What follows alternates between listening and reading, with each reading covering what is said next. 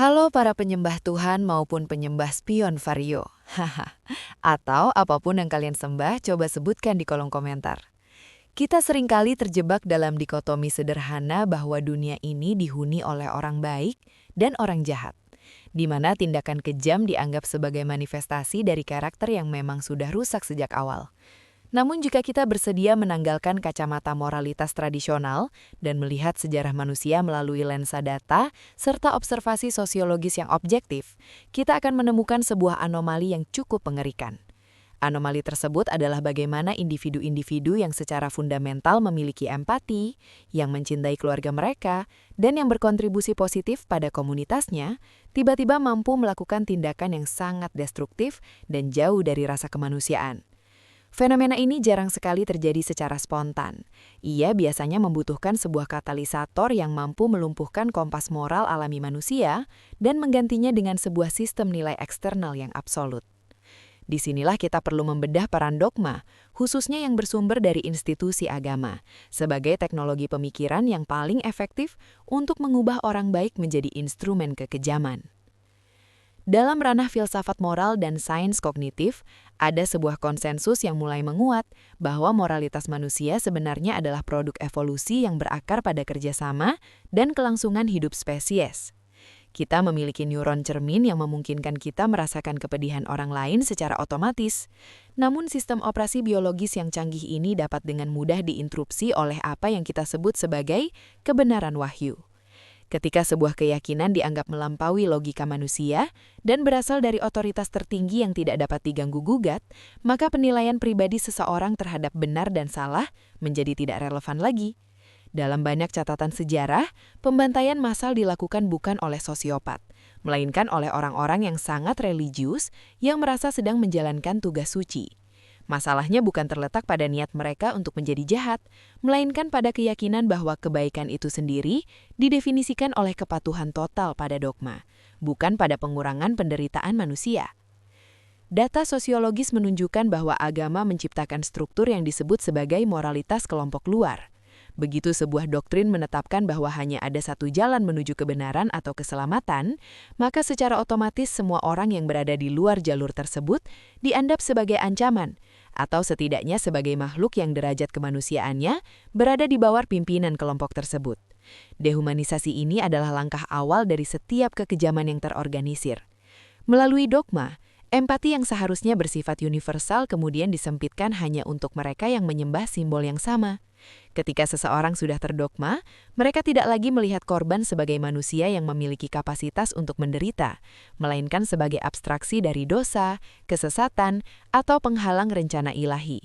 Inilah yang menjelaskan mengapa pembantaian, persekusi dan diskriminasi sistemik dapat dilakukan dengan wajah yang tenang, bahkan dengan perasaan damai, karena pelakunya merasa sedang melakukan pembersihan moral.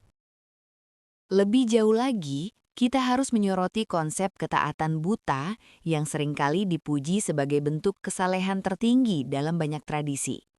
Dalam konteks psikologi sosial, ini adalah bentuk pelarian dari tanggung jawab moral individu. Ketika seseorang melakukan kekejaman atas nama perintah transenden, mereka mengalami apa yang disebut sebagai pergeseran agen atau agentic shift.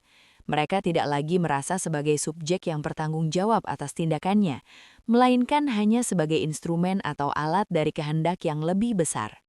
Fenomena ini sangat berbahaya karena menghilangkan rasa bersalah yang biasanya menjadi rem darurat bagi perilaku manusia. Tanpa rasa bersalah, tidak ada batas bagi apa yang bisa dilakukan manusia terhadap sesamanya. Dogma memberikan pembenaran intelektual dan spiritual bagi tindakan yang dalam kondisi waras tanpa pengaruh doktrin akan dianggap sebagai kejahatan yang tak termaafkan. Kita juga perlu memperhatikan bagaimana institusi agama seringkali memanipulasi rasa takut akan hal-hal yang tidak terlihat untuk mengendalikan perilaku massa.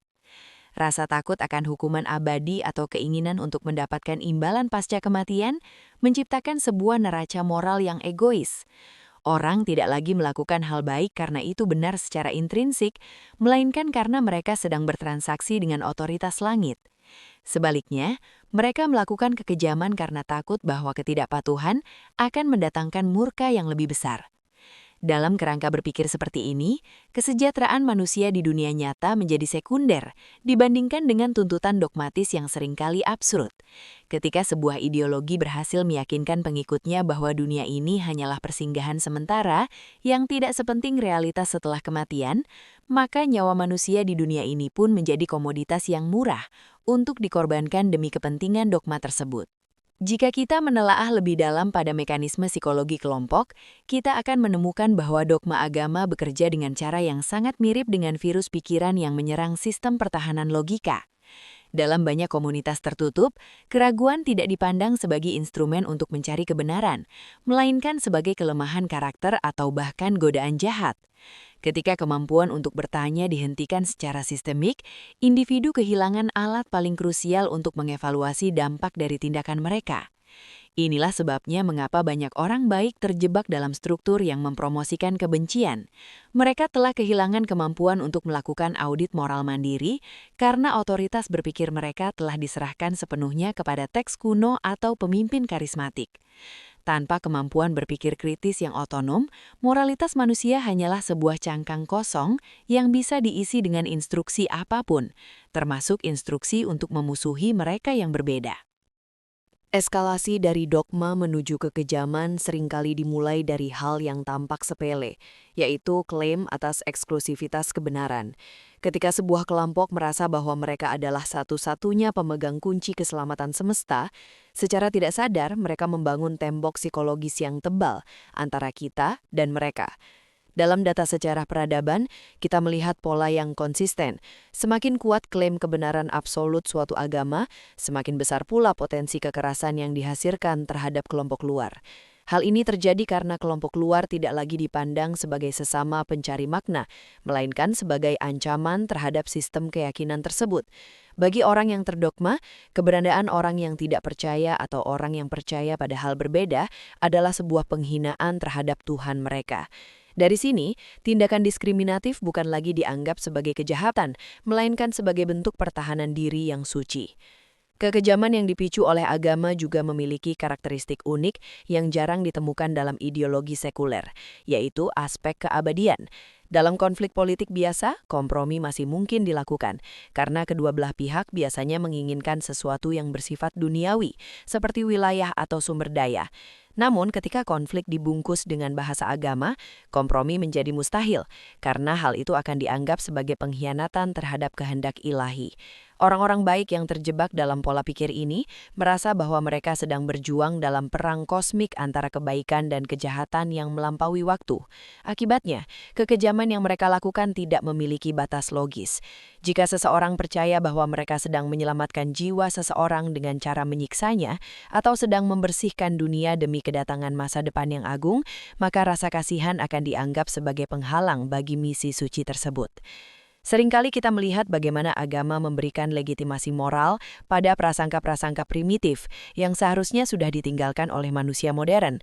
Melalui dogma, kebencian terhadap kelompok minoritas, seperti kaum marginal atau mereka yang memiliki orientasi hidup berbeda, bisa dikemas sedemikian rupa sehingga tampak seperti sebuah kebajikan. Orang-orang yang dalam kehidupan sehari-hari sangat lembut dan penuh kasih kepada tetangganya bisa berubah menjadi sangat beringas ketika membicarakan kelompok yang oleh dogma mereka disebut sebagai terkutuk. Transformasi kepribadian ini sangat mengkhawatirkan karena ia menunjukkan bahwa integritas moral seseorang bisa sangat rapuh jika dihadapkan pada tekanan kolektif yang diklaim datang dari langit. Dogma menyediakan ruang aman bagi kegelapan manusia untuk muncul tanpa perlu merasa malu, karena semua itu dilakukan demi tujuan yang lebih mulia. Selain itu, kita tidak bisa mengabaikan bagaimana dogma agama seringkali menghambat kemajuan kemanusiaan dengan cara memuliakan penderitaan. Ada sebuah narasi berbahaya yang sering muncul bahwa penderitaan di dunia ini adalah ujian atau cobaan yang harus diterima dengan kepasrahan. Cara pandang ini membuat orang-orang baik menjadi pasif atau bahkan mendukung sistem yang menindas karena mereka percaya bahwa keadilan sejati hanya akan ada di kehidupan setelah ini. Dampaknya adalah pembiaran terhadap ketidakadilan sosial, kemiskinan, dan penyakit yang seharusnya bisa diatasi dengan sains dan tindakan nyata. Agama dalam hal ini bertindak sebagai obat bius yang melumpuhkan naluri manusia untuk memberontak terhadap keadaan yang tidak manusiawi. Kekejaman di sini bukan hanya berupa tindakan fisik yang agresif, tetapi juga berupa pengabaian sistemik terhadap penderitaan sesama manusia atas nama takdir atau kehendak otoritas tertinggi. Salah satu aspek yang paling krusial, namun seringkali luput dari pengamatan, adalah bagaimana dogma agama melakukan penetrasi pada tahap yang sangat awal dalam kehidupan manusia, yaitu masa kanak-kanak.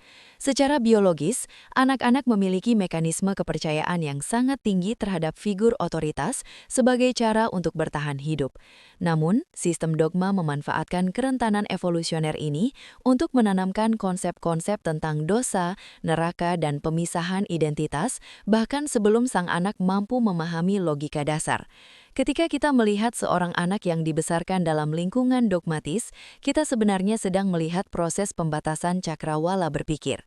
Orang tua yang baik, yang dengan tulus ingin memberikan yang terbaik bagi anak mereka, justru menjadi agen pertama yang mematikan rasa ingin tahu dan empati universal sang anak.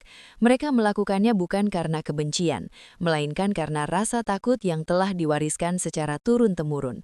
Inilah bentuk kekejaman yang paling halus, perampasan hak seorang manusia untuk menentukan pandangan dunianya sendiri berdasarkan bukti dan pengalaman nyata. Kehancuran moral yang dihasilkan oleh dogma juga terlihat jelas dalam konsep kebaikan adalah kepatuhan. Dalam banyak struktur agama, moralitas tidak lagi diukur dari dampak tindakan terhadap kesejahteraan makhluk hidup, melainkan dari sejauh mana tindakan tersebut sesuai dengan perintah otoritas. Jika sebuah teks atau pemimpin agama menyatakan bahwa kelompok tertentu harus dimusuhi, maka bagi orang yang sudah terdogma, memusuhi kelompok tersebut adalah sebuah kebaikan. Disinilah kita melihat paradoks yang mengerikan. Seseorang bisa menjadi sangat kejam justru karena dia sedang berusaha menjadi sangat saleh. Data sejarah menunjukkan bahwa banyak pelaku inkuisisi, pelaku pembakaran penyihir, atau eksekutor pengadilan iman adalah orang-orang yang secara pribadi sangat disiplin dan merasa memiliki integritas tinggi. Mereka tidak melihat darah di tangan mereka sebagai noda, melainkan sebagai bukti pengabdian. Ketika standar moral dipindahkan dari empati manusia ke kepatuhan dogma, maka kemanusiaan itu sendiri sedang berada dalam bahaya besar. Kita juga perlu melihat bagaimana dogma menciptakan isolasi sosial yang bersifat toksik bagi mereka yang mencoba keluar atau mempertanyakan sistem.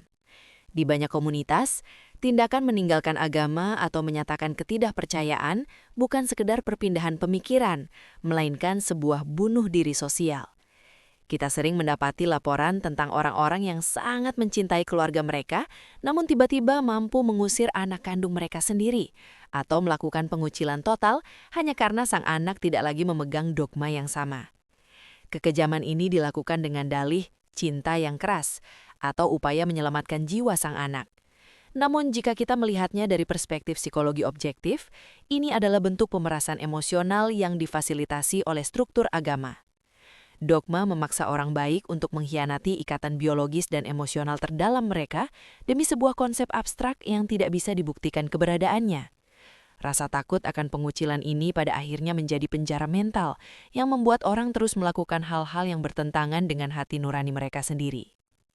Efek destruktif lainnya adalah pengagungan terhadap ketidaktahuan yang disengaja. Dogma seringkali memposisikan sains dan pengetahuan sebagai ancaman terhadap iman. Ketika sebuah penemuan medis atau fakta ilmiah bertentangan dengan tulisan kuno, orang-orang yang terdogma seringkali memilih untuk menolak realitas demi mempertahankan kenyamanan keyakinan mereka. Kekejaman di sini muncul dalam bentuk penolakan terhadap pengobatan, penolakan terhadap edukasi kesehatan reproduksi, atau pengabaian terhadap krisis lingkungan.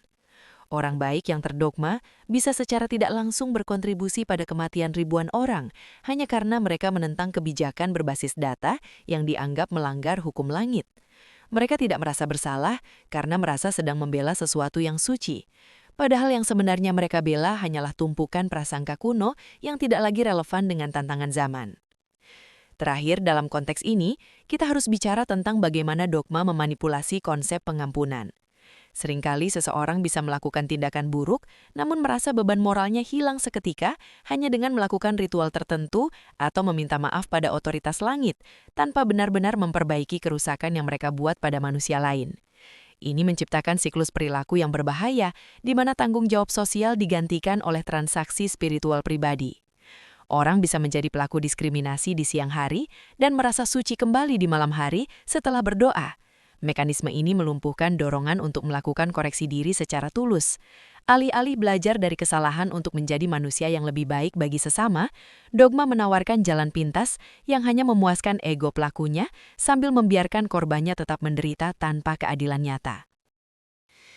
Dampak dari dogma agama tidak hanya berhenti pada skala individu atau komunitas kecil, tetapi seringkali bermanifestasi dalam bentuk tribalisme kolektif yang sangat destruktif.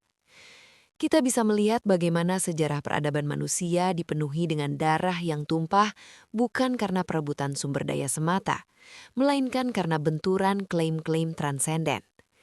Ketika sebuah kelompok merasa bahwa identitas mereka disatukan oleh dogma yang dianggap suci, maka empati mereka terhadap kelompok lain akan terkikis secara otomatis. Fenomena ini menciptakan apa yang disebut sebagai narsisme perbedaan kecil, di mana orang-orang yang secara biologis dan kultural hampir sama bisa saling membantai hanya karena perbedaan interpretasi atas sebuah teks atau ritual.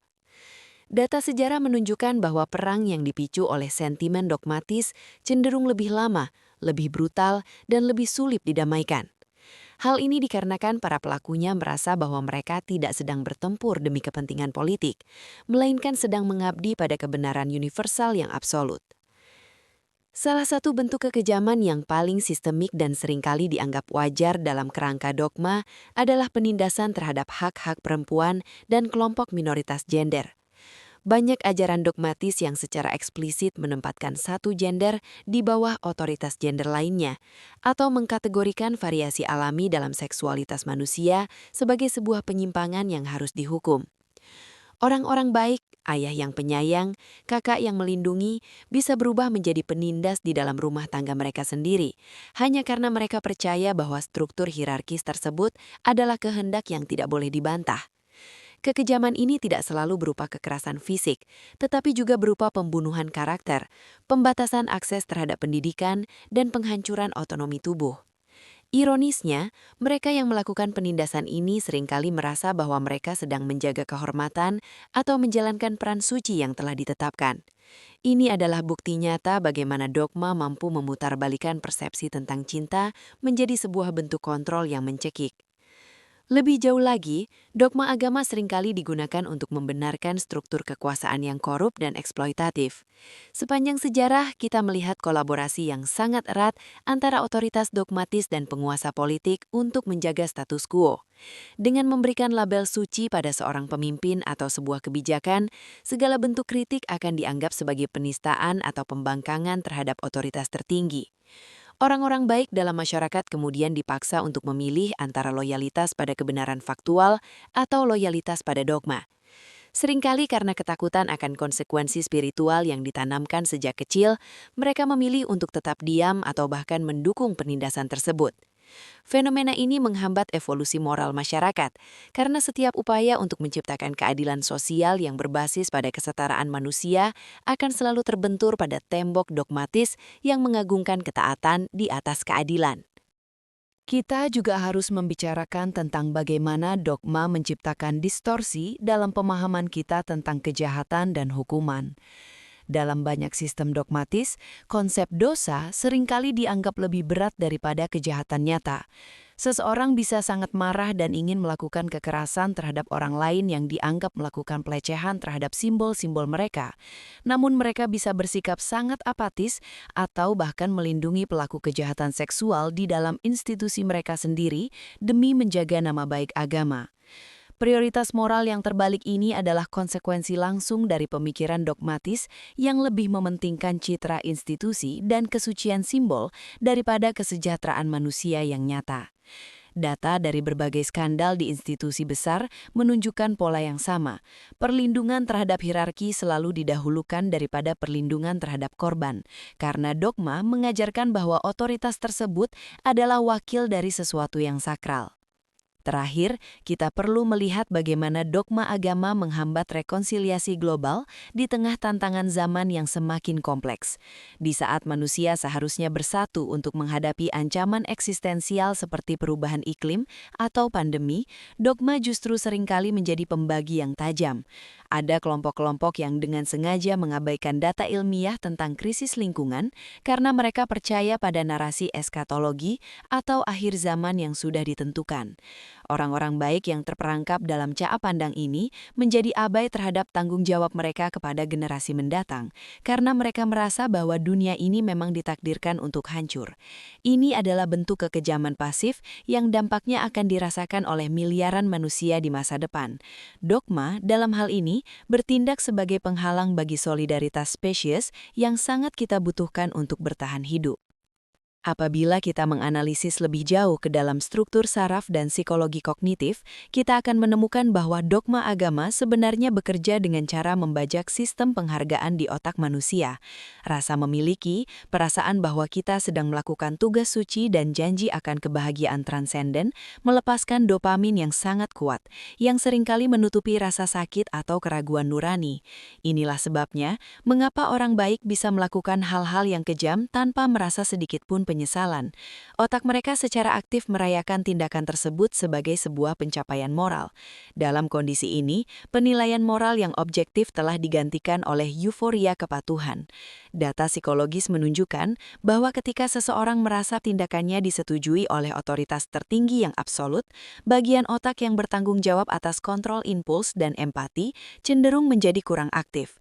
Mereka tidak lagi melihat penderitaan orang lain sebagai sinyal peringatan, melainkan sebagai biaya yang diperlukan untuk mencapai tujuan yang dianggap lebih mulia.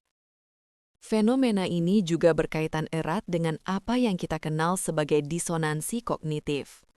Bagi seseorang yang sudah menginvestasikan seluruh hidup, identitas, dan hubungan sosialnya ke dalam sebuah sistem dogma, mengakui bahwa sistem tersebut salah atau mengandung bibit kekejaman adalah sebuah ancaman eksistensial. Untuk menghindari keruntuhan mental akibat menyadari bahwa mereka telah mendukung hal yang salah, individu tersebut akan melakukan rasionalisasi yang semakin ekstrim. Mereka akan mencari pembenaran atas setiap tindakan kejam, menyebutnya sebagai hikmah yang tersembunyi atau perintah yang tidak perlu dipahami oleh akal manusia yang terbatas. Orang baik yang terjebak dalam siklus ini akan terus melakukan hal-hal yang merusak hanya untuk melindungi integritas psikologis mereka sendiri. Mereka menjadi tawanan dari investasi emosional mereka sendiri yang dipelihara oleh dogma yang tidak memberikan ruang untuk pengakuan kesalahan atau koreksi arah. Kita juga harus menyoroti bagaimana dogma agama seringkali menghambat perkembangan kecerdasan emosional manusia dengan cara memaksakan emosi yang artifisial. Alih-alih belajar untuk berempati secara organik berdasarkan interaksi antar manusia, individu dipaksa untuk merasa kasihan hanya pada mereka yang satu iman atau merasa benci pada mereka yang dianggap menentang aturan. Fragmentasi emosional ini sangat berbahaya karena menciptakan kepribadian yang terbelah. Di satu sisi, seseorang bisa sangat hangat dan murah hati dalam lingkaran dogmanya, namun di sisi lain mereka bisa menjadi sangat dingin dan tidak berperasaan terhadap dunia di luar lingkaran tersebut. Kekejaman ini lahir bukan dari kurangnya kapasitas untuk mencintai, melainkan dari pembatasan drastis tentang siapa yang layak untuk dicintai. Data observasi terhadap konflik komunal menunjukkan bahwa para pelaku kekerasan seringkali adalah orang-orang yang paling saleh di komunitas mereka masing-masing, yang menunjukkan bahwa kesalehan dogmatis bukanlah penangkal kekejaman, melainkan seringkali merupakan bahan bakarnya. Lebih jauh lagi, penggunaan bahasa-bahasa simbolis dan metafora dalam dogma seringkali mengaburkan realitas penderitaan manusia. Ketika sebuah konflik atau tindakan kekerasan dibungkus dengan istilah pembersihan, pengorbanan atau perjuangan suci, beban moral dari tindakan tersebut secara semantik menjadi hilang.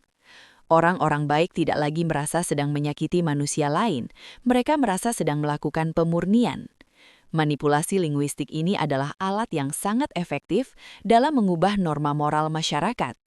Jika kita melihat sejarah inkuisisi atau pengadilan moral di berbagai belahan dunia, para pelakunya jarang sekali menggunakan bahasa yang menggambarkan kekerasan. Mereka menggunakan bahasa yang menggambarkan penyelamatan jiwa.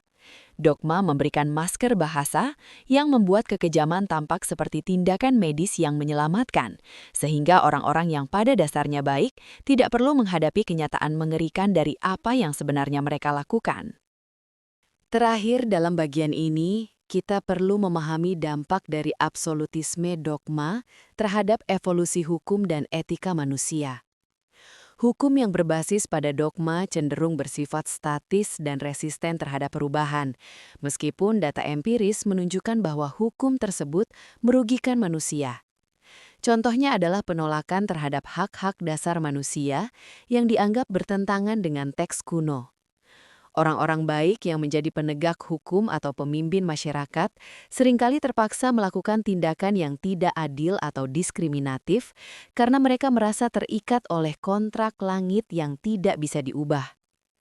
Kekejaman di sini bukan hanya tentang agresi, tetapi tentang ketegaran hati dalam mempertahankan aturan-aturan yang jelas-jelas merusak kesejahteraan hidup banyak orang.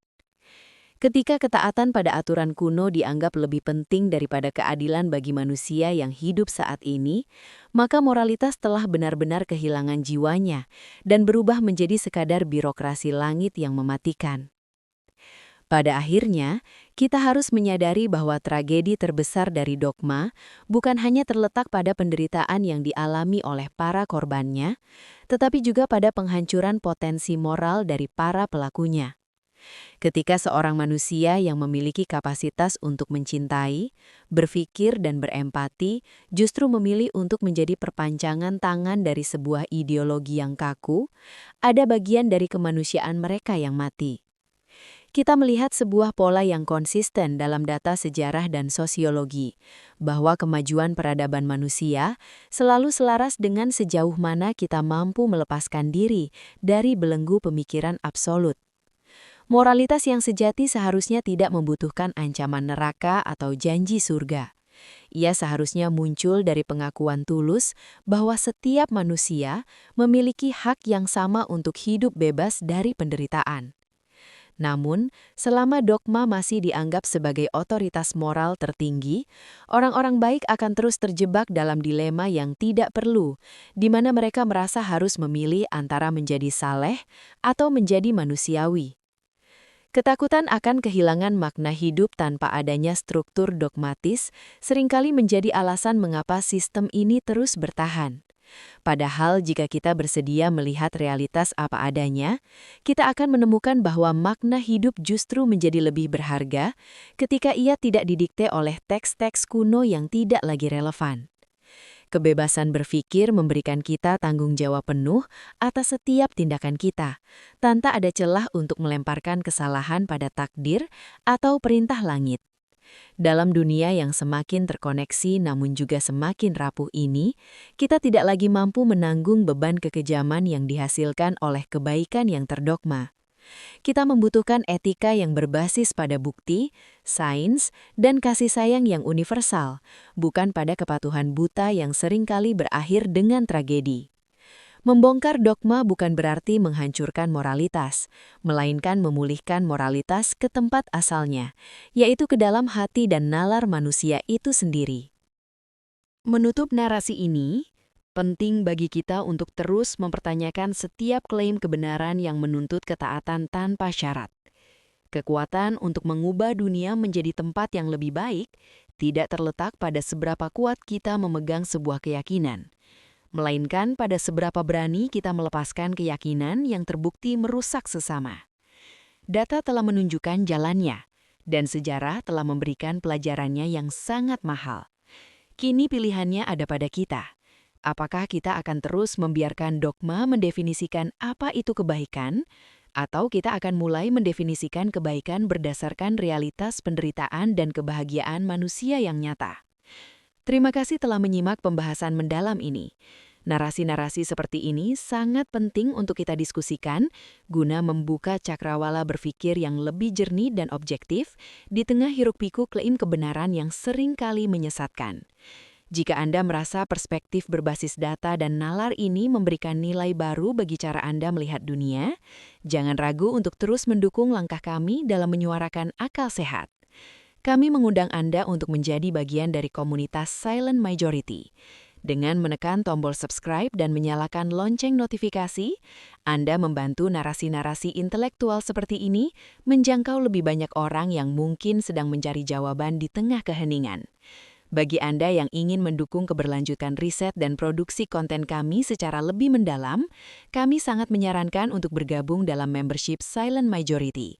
Sebagai anggota, Anda akan mendapatkan keuntungan eksklusif berupa akses awal untuk setiap video terbaru kami sebelum dipublikasikan secara umum, serta akses ke video khusus member yang membahas topik-topik lebih sensitif, teknis, dan mendalam yang tidak kami tayangkan di kanal utama. Dukungan Anda melalui membership adalah energi utama bagi kami untuk tetap konsisten menyajikan data dan fakta di atas dogma. Sampai jumpa di video berikutnya.